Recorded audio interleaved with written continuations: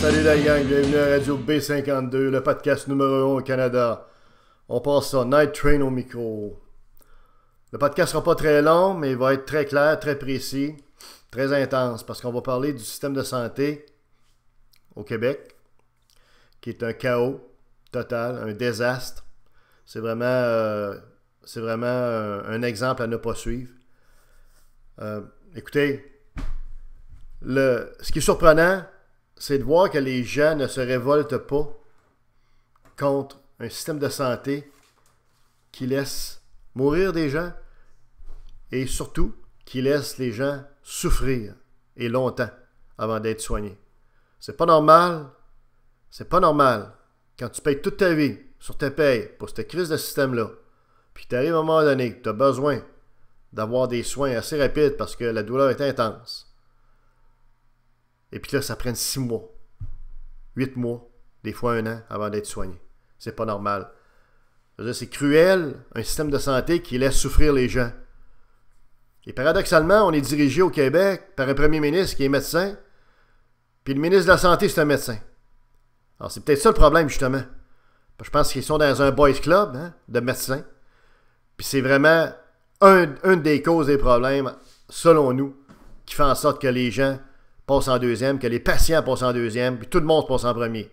Les médecins avec le paye, les infirmières, les syndicats, les cadres, garde, tout le monde passe avant le patient, ce qui fait en sorte que les gens ont des temps d'attente qui sont déraisonnables, qui sont inhumains. Vous pouvez attendre jusqu'à 20-22 heures avant d'être soigné si vous allez à l'urgence. Et écoutez, et encore une fois, vous avez tout le monde, je suis certain. Tant que ça ne nous touche pas, ou un de nos proches, on réalise pas comment ce système est fucké au Québec.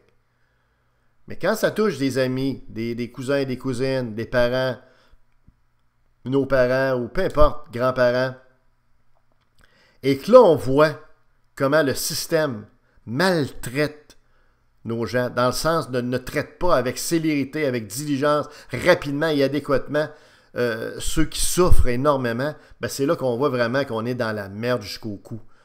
OK? Puis le pire, c'est que cette crise de système-là engrange peut-être les 2/3 du budget de dépenses de la province. Et autrement dit, ça coûte une fortune. C'est des milliards de dollars.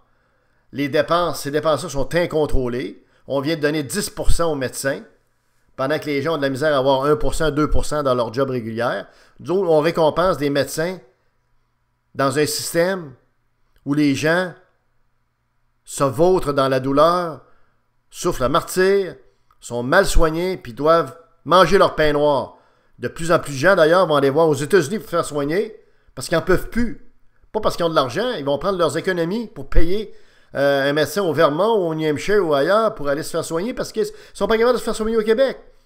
Ils se font tout le temps répondre « Ah ben oui, madame, ça va être dans 3 mois. Ah ben oui, monsieur, ça va être dans 6 mois, là. On a une liste d'attente. Ah ben non, monsieur, on peut pas parce que là, ça... » Bon, puis quand vous demandez d'avoir des soins dans le privé, des fois, parce que votre pathologie ou votre malaise pourrait se régler, mettons, par un traitement précis, ben là, vous essayez de voir, dans le fond, dans le privé, souvent, même si ça coûte des sous, vous n'avez pas nécessairement les sous, à un moment donné, par désespoir de cause, vous allez dans le privé pour voir si vous pouvez vous faire payer un traitement rapidement en déboursant un montant. Puis là, on va vous dire « Ah ben là, madame, vous pouvez pas aller dans le privé parce qu'il y a un règlement de passer par le ministre Barrette. Là. Vous vous plaindrez au gouvernement. » Non. Allô? Allô? Allô? C'est le foutu bordel. Le système de santé à Barrette et à Couillard. Écoutez, c'est pas normal avec la somme d'argent colossale, indécente, qui est investie dans la santé au Québec, que quelqu'un attende 12 heures, 20 heures, puis 23 heures avant de se faire diagnostiquer et de se faire soigner. C'est pas normal que quelqu'un attende 2 mois, 4 mois, 8 mois, 12 mois avant d'avoir le traitement qui est requis pour diminuer sa douleur ou, souhaitons-le, enlever la douleur en question. C'est pas normal. Mais c'est ça la réalité des choses. Et les Québécois sont tellement tolérants. On est tellement un petit peu trop mou des fois. Trop fin. On est bon. Peut-être même bonasse. que les gens endurent leur mal. Les gens endurent, les gens toffent. Moi, j'ai des témoignages de ça. C'est pas pour rien qu'on fait un podcast ici. On a décidé de faire un podcast, c'est le coup ici, parce qu'on a des témoignages de ça autour. Tu sais, inévitablement, dans nos familles, dans nos amis, il arrive des événements comme ça, puis on se dit « Fuck off, ça n'a pas d'allure! » Ça n'a pas d'allure. Puis pendant ce temps-là, tu vas avoir le ministre Barrette qui va dire « Les temps d'attente sont réduits dans les urgences. On a mis 1000 médecins de plus dans le système de santé. Bla, bla, bla, bla, bla. De la poudre aux yeux, de la merde. Un char de bullshit. » OK, typique du Parti libéral. En passant, ce système de santé-là s'est construit grâce à 2 partis politiques. Le Parti libéral du Québec puis le Parti québécois. C'est les 2 partis qui ont été au pouvoir depuis 1960. On a vérifié dans l'histoire du Québec un peu, là. C'est ça. Ça a parti en 1960 avec ce qu'ils appelaient la Révolution tranquille. Ça fait 50, plus de 50 ans que ce système-là a été mis sur pied par les libéraux et les péquistes. Et on aboutit aujourd'hui, en 2017, OK? 57 ans plus tard, à un désastre monumental dans un système qui coûte les yeux de la tête, qui est disproportionné en termes de coûts, où le patient n'est pas la priorité, mais bien plus tous les petits amis, prends-tu, qui se graissent la patte dans le système, puis évidemment des politiciens mollusques autour de ça, qui sont pas capables de se tenir debout devant tous les corporatismes, que ce soit celui des médecins, des infirmières, du personnel cadre, du personnel administratif. Regarde, les politiciens se couchent à terre devant tout ça. Et en plus de ça, on a eu successivement plusieurs ministres de la Santé qui étaient médecins et qui se sont dit experts dans le domaine, de sorte qu'ils pouvaient à ce moment-là remédier à la situation puis corriger le problème. On pourrait vous en nommer des médecins là, qui ont été ministres de la Santé. Bon, en 2017, là, on est en octobre 2017, bien vite. Il n'y a rien qui va mieux. Si le contraire, ça va plus mal.